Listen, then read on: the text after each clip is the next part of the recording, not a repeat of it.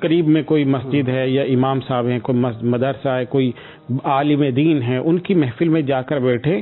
اللہ تعالیٰ دلوں کو بدلتے ہیں اس کے ذریعے سے. اچھی صحبت, اپنے برے دوست ہیں ان سے جان چھڑائیں. اچھے دوست ہیں جو نماز کے پابند ہیں, نیک دوست ہیں, اچھی مجلسوں میں جانے والے, ان دوستوں کے ساتھ اٹھنا بیٹھنا شروع کریں. ایسا بھی ہوتا ہے جو کتاب ہے نا, کتاب اچھی کتابیں پڑھنے سے بھی انسان کی ظاہر سی بات ہے. رائے قرآن مجید کا ترجمہ پڑھیے, حدیث کا ترجمہ پڑھیے, قرآن مجید کو سمجھنے کی کوشش کیجیے. یہ برے جذبات انشاءاللہ رفتہ رفتہ ختم ہوں گے اور تدریجاً کم ہوتے چلے جائیں گے. ایک طریقہ یہ بھی ہے کہ آپ باوضو رہنے کی کوشش کریں. جب ہر وقت وضو سے رہیں گے تو وہ جو شیطان کی طرف سے اپنا حملہ ہے وہ کمزور ہو جائے گا آپ پر, اور انسان کے جو جذبات ہیں وہ کنٹرول میں رہیں گے. اور کوشش کریں کہ نماز 5 وقت پر پڑھیں, باجماعت پڑھیں. ان اقدامات کے ذریعے سے زنا سے بچ جائیں گے. اگلے نمبر پر آپ یہ کر سکتے ہیں کہ اللہ تعالیٰ سے دعا کریں, کیونکہ دعا ایک ایسا مومن کا ہتھیار ہے جو کبھی بھی رائے گاہ نہیں جاتا. اور اللہ تعالیٰ انسان کی آج تک دنیا کی تاریخ میں ایسا نہیں ہوا کہ کسی نے اللہ کو دل سے مانگا ہو اور اللہ نے اس کو عطا نہ کیا ہو, یعنی ایسا ممکن نہیں ہوا. تو آپ اللہ سے تعلق جوڑنے کی کوشش کیجئے, اللہ تعالیٰ آپ کی اس دعا کو قبول کرے گا. خصوصاً حضور صلی اللہ علیہ وسلم نے زنا سے بچنے کے لیے کتنی ہی احادیث میں دعائیں سکھائی ہیں. صحیح ہے, اللہم انی اسألک الہدی والتقی والعفاف والغنی, نیکی چاہتا ہوں, آپ سے پاک دامنی چاہتا ہوں. یہ اللہ تعالیٰ سے دعا کریں کہ اللہم انی اسألک الہدی والتقی والعفاف والغنی, کہ اللہ تعالیٰ مجھے یہ ساری چیزیں عطا کر دے. اور آخری نمبر کے اوپر آپ یہ کریں کہ استغفار کریں, کیونکہ استغفار ایک ایسی چیز ہے. ایک بزرگ سے کسی نے کہا کہ میں بہت ڈپریشن میں رہتا ہوں, کسی نے کہا کہ میرے اوپر برے خیالات آتے ہیں, کسی نے کہا کہ میرا دل کرتا ہے کہ میں گناہ میں مبتلا ہو جاؤں. تو انہوں نے کہا کہ یہ جو تمہاری کنڈیشن ہے اس میں تم استغفار کرو. تو وہ اس نے بہت ہلکا سمجھا, لیکن اس نے استغفار کی روزانہ ایک تسبیح پڑھنا شروع کی. 1 ہفتے کے بعد دل کی حالت بدل گئی. تو وہ بزرگ کے پاس آیا تو انہوں نے کہا کہ اصل میں یہ جو استغفار کا میں نے تمہیں کہا تھا اس کی وجہ یہ تھی کہ جب انسان گناہ کر رہا ہوتا ہے تو وہ ایک برڈن انسان کے جسم پہ, اس کی روحانیت پر گناہوں کا چڑھ جاتا ہے. ایک آلودگی کی تہ ہے جو بیٹھ جاتی ہے. اس کو ختم کرنے کے لیے یہ جو استغفار یہ بھی کہنا کہ اللہ نہ کرے کسی سے کوئی جرم ہو جاتا ہے, کوئی غلطی ہو جاتی ہے, کوئی گناہ ہو جاتا ہے. کلو بنی آدم خطاء وخیر الخطائین تواب, تمام بنی آدم خطا کار, بہترین تو اللہ سے معافی مانگنے والے ہیں. اچھا, دوسری بات یہ ہے کہ زنا کو اس معاشرے میں ابھی ہلکا کیوں لینے لگا ہے, حالانکہ قرآن و حدیث میں اس پر سخت وعیدیں آئی ہیں. دیکھیں یہ جو زنا کو ہلکا سمجھا جاتا ہے اس کی وجہ یہ کہ قرآن و حدیث کے جو اندر جو سزائیں اس کی ذکر ہیں وہ ہمارے پیش نظر نہیں ہیں. اللہ تعالیٰ بندوں سے کتنی محبت کرتا ہے, یعنی بندہ انسان اللہ تعالیٰ کی تخلیق ہے, انسان کو اللہ تعالیٰ نے پیدا کیا ہے, اور احسانی تقویم سب سے بہترین مخلوق جو ہے وہ انسان کو بنایا, اور اس انسان کے لیے پوری کائنات اللہ تعالیٰ نے اس کے خدمت میں لگا دی ہے. یہ پوری زمین و آسمان, شجر و حجر, یہ پانی, نباتات, یہ سب انسان کی خدمت کر رہے ہیں. اور اللہ تعالیٰ فرما رہے ہیں, حضور صلی اللہ علیہ وسلم نے فرمایا کہ اللہ تعالیٰ وہ اپنے بندے سے اس سے کہیں زیادہ 1 ماہ سے 70 گنا زیادہ محبت کرتا ہے. دوسرے جگہ فرمایا کہ اللہ تعالیٰ جو ہے وہ پرندے اور ماں کی جو محبت اپنے بچے سے, اس سے کئی گنا زیادہ اپنے بندوں سے محبت کرنے والا ہے. تو اتنی محبت کرنے والی جو ذات ہے وہ زنا کے اوپر سزا میں کیا فرما رہی کہ اس بندے کو سنسار کرو, اس کو پتھر مارو. یعنی آپ الزانیۃ والزانی فجلدوا کل واحد منہما. دوسرا پھر یہ کہ ایک تو وہ شادی شدہ ہو تو پھر سنسار کرو, اگر شادی شدہ نہیں ہے تو پھر ان کو کوڑے مارو. اللہ تعالیٰ اپنی مخلوق کے بارے میں یہ کہہ رہا ہے. حالانکہ کوئی تصور کر سکتا ہے کہ جو اتنی محبت کرنے والی ذات اللہ تعالیٰ کی ہے وہ یہ کہہ رہی کہ یہ اتنا بڑا گناہ کا کام کیا کہ اس کو پتھر مارو.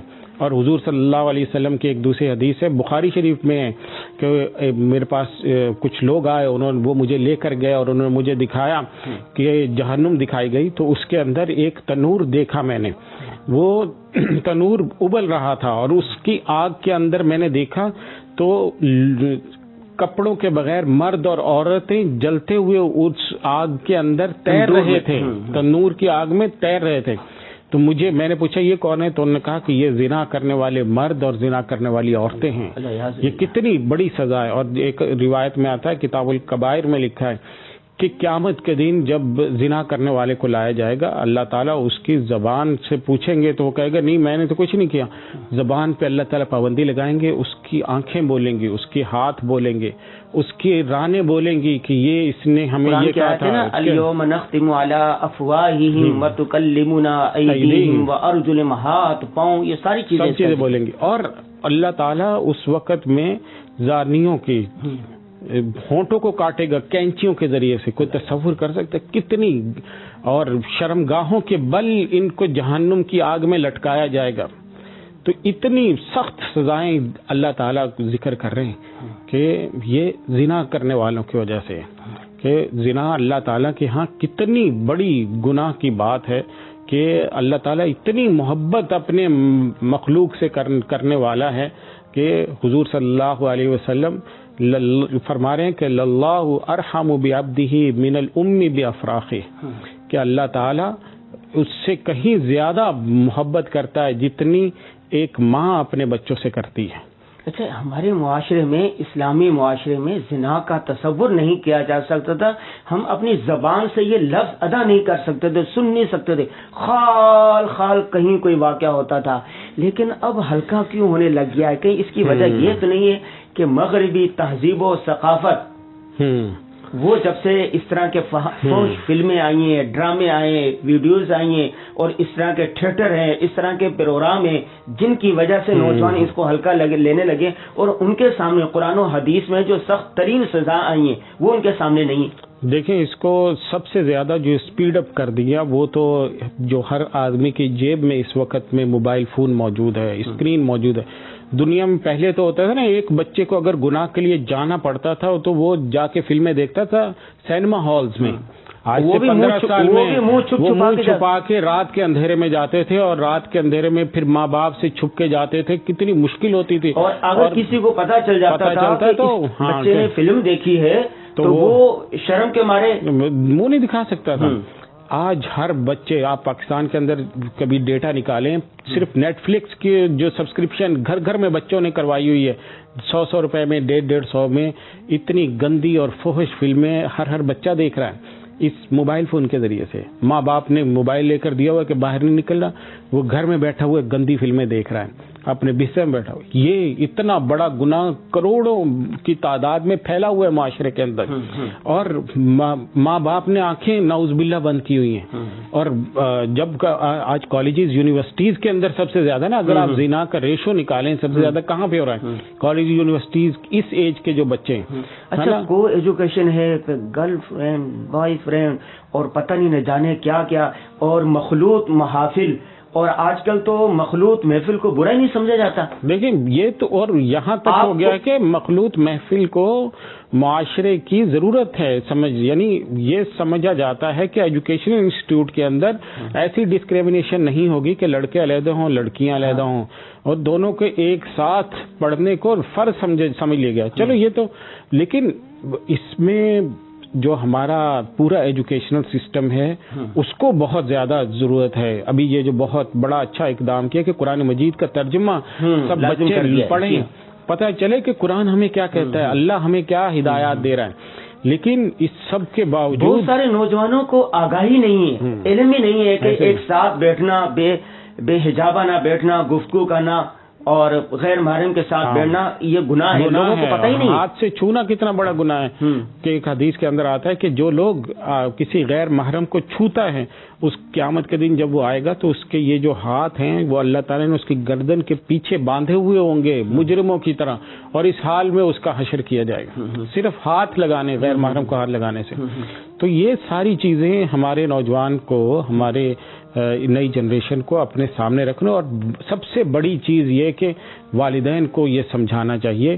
ہمارے ہاں والدین کے ہاتھ سے معاشرہ نکل گیا. والدین نے خود ان کو اتنی آزادی دے دی ہے، اور چند الفاظ پڑھ کے جب وہ گریجویشن کر لیتا ہے بچہ تو وہ اپنے ماں باپ کو سمجھتا ہے کہ آپ لوگوں کو نئے نارمز کا پتہ نہیں ہے، نئے ایٹیکیٹس کا پتہ نہیں ہے، یہ تو معاشرے کی ضرورت ہے. وہ ماں باپ کو اپنے آگے لگانا شروع کر دیتا ہے. تو ماں باپ کی ذمہ داری ہے کہ وہ بچے کے قیامت کے دن ان سے پوچھا جائے گا، اور صرف اس پر چھوٹ نہیں ہوگی کہ ہمارے بچے نے ہمیں یہ کہہ دیا تھا کہ آپ کو کیا پتا. 13, 14, 15 سال کا جو بچہ ہوتا ہے اس کو سمجھے، اس کو کنٹرول کریں. یہ آپ کے لیے قیامت کے دن یا رسوائی کا سبب ہوگا یا پھر سرخروئی کا سبب ہوگا. قرآن حدیث کے اندر آتا ہے کہ آدمی کے مرنے کے بعد 3 چیزیں ہیں جو اس کے لیے کام آتی ہیں. ان میں سے ایک چیز ہے ولد صالح یدعو لہ، نیک صالح جو اولاد ہے وہ اگر ماں باپ کے لیے دعا کر رہی ہے تو اس کا ثواب اسے ملے گا. اور اگر نعوذ باللہ یا خدا نخواستہ وہ اولاد جرائم پیشہ ہو گئی، برے رستے کے اوپر چل پڑی، اور یہ جو خبریں روزانہ آ رہی ہے ظاہر جعفر کا مسئلہ ہو گیا یا دوسرے تیسرے، یہ اسی سوسائٹی میں سب کچھ ہو رہا ہے، ہمارے ہی اسی ماحول میں ہو رہا ہے. جس ٹاپک پر ہم گفتگو کر رہے ہیں نا، زنا سے بچنے کے طریقے، یعنی میں زبان سے ادا نہیں کر سکتا. 6 سال کی بچیوں کے ساتھ اجتماعی زیادتی کر کے ان کو قتل کر دیا جاتا ہے. روزانہ کے اخبار اٹھا کے دیکھ لے، ٹی وی پر دیکھ لے، سوشل میڈیا پر دیکھ لے، یعنی یہ درندگی سے بھی آگے کی چیز ہے نا. کوئی تصور نہیں کر سکتا تھا کہ 6-8 سال کی بچیوں کے ساتھ یہ ہوگا. اور معاشرہ اتنی ہیجان، یعنی پورنوگرافی کے ایک پیک پہ پہنچا ہوا ہے، گندگی کے ڈھیر کے اوپر کھڑا ہوا ہے معاشرہ، اور اس میں جس کو جو موقع ملتا ہے وہ کر رہا ہے.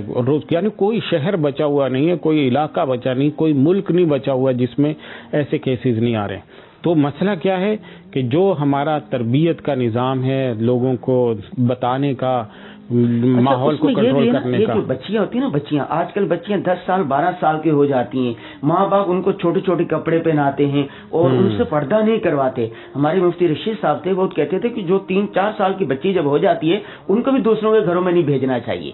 اور اسی طرح جو بچی 8 سال 7 سال کی ہو جائے اس کو مکمل پردہ کروانا چاہیے. ایسے ہی تو اب تو 12 سال 13 سال کی بچیاں ہوتی ہیں، آپ دیکھیں نہ سر پہ دوپٹہ ہوتا ہے اور نہ کپڑے ایسے چست کپڑے لباس پہن رکھا ہوتا ہے، وہ ہجان خیز ہوتا ہے. یعنی فحاشی اور یعنی زنا کو دعوت دینے والی چیز ہے. بالکل. اور یعنی اس کو کئی چیزیں بھڑکاتی ہے نا، تو ان میں سے یہ باریک کپڑے پہننا، پینٹ شرٹ پہننا، اس طرح کے کپڑے بچیوں کو پہنانا، یہ اس وقت میں معاشرے میں ظاہر عام ہو چکا ہے. اور بچیوں کو غیر محرم کے ساتھ تو بالکل نہیں چھوڑنا چاہیے.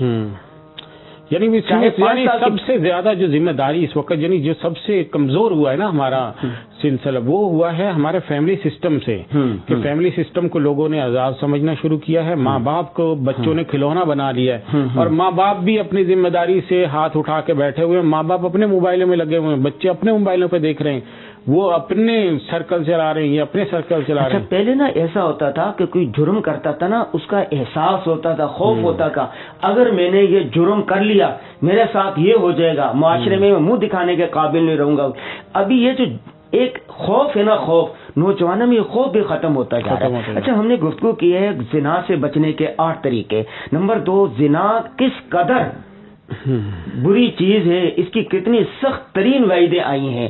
اچھا، اب یہ بتائیں کہ اس کے جو اسباب ہے اس کو ہم ختم کیسے کر سکتے ہیں؟ ختم نہ ہو تو کم سے کم کیسے کر سکتے ہیں؟ لیکن سب سے پہلے نمبر پہ میرے خیال میں جو سب سے پہلی چیز ہے نا، وہ یہی ہے کہ فیملی سسٹم میں والدین کی ذمہ داری، والدین، سب سے پہلے ماں باپ، دادا، جو بھی جس کے ساتھ وہ بچہ رہ رہا ہے اس کی ذمہ داری ہے بچے کو کسی جگہ پر بلا وجہ نہیں جانے دیں. اس کے آنے اور جانے کے اوقات نوٹ کریں، اس کی اسکول جانے اور آنے کے اوپر نظر رکھیں، اس کو کمبائن اسٹڈی کے نام پہ دوسروں کے گھر میں رات نہ گزارنے دیں، اس کو اس کمبائن اسٹڈی کے نام پہ اپنے گھر سے باہر نہ نکلنے دیں، گھر میں بٹھا کے ان کو پڑھائیں. آن لائن آج دنیا میں سب چیزیں ہو رہی ہیں نا، آپ اس کے ذریعے سے کروائیں، آپ اسکائپ کے ذریعے سے کروائیں، آپ کوئی دوسری زوم اپلیکیشن ہے اس کے ذریعے سے آن لائن اسٹڈی کروا لیں. لیکن اس کمبائن اسٹڈی کے نام پہ دوسروں کے گھر میں جانا، وہاں پہ رہنا، یہ چیزیں پھر آگے جا کے بہت بڑے فتنوں کا سبب بن رہی. گھر ٹوٹے پڑے اتنے سارے. اور پھر دوسرے نمبر پر جو ہمارا ایجوکیشن سسٹم ہے، یا اگر آپ ٹیچر ہیں، آپ کی ذمہ داری ہے جو آپ کے ایریا آف انفلوئنس میں آتے ہیں. اچھا، اگلے ٹاپک میں نا ہم یہ گفتگو کریں گے، گھروں میں جو میاں بیوی کی لڑائی ہوتی ہے، خاندانی جھگڑے ہوتے ہیں، طلاقیں ہو جاتی ہیں، طلاقوں کا ریشو دن بدن بڑھتا جا رہا ہے، اس کی وجہ سے بھی بچے اور بچیاں بے راہ روی کے شکار ہو جاتی ہیں. بالکل ایسے. اچھا، دوسری بات یہ بھی ہے کہ ہمارے سوسائٹی میں مسجد کو، مولوی کو عزت کی نگاہ سے دیکھا جاتا ہے. علماء کو، خطباء کو بھی یہ چاہیے کہ وہ اپنے جمعے کے خطبات میں، حلقوں میں اس کی شناخت پر بیانات کریں، لوگوں کو بتائیں کہ فحاشی عریانی سے بچیں، بچیوں کو کس طرح بچائیں، بچوں کی تربیت کس طرح کریں. کیا خیال ہے؟ بالکل، انشاءاللہ کریں گے. جی، ہم نے گفتگو کی ہے آج اس موضوع پر کہ فحاشی عریانی، بے حیائی، بےہودگی، بے راہ روی سے کیسے بچا سکتا ہے. آپ نے اپنی ذمہ داری کا احساس کرتے ہوئے ان چیزوں سے خود بھی بچنا ہے، دوسروں کو بھی بچانا ہے. لائک، شیئر اینڈ سبسکرائب کریں اور بیل آئیکن کو بھی پریس کریں تاکہ آنے والی ویڈیو آپ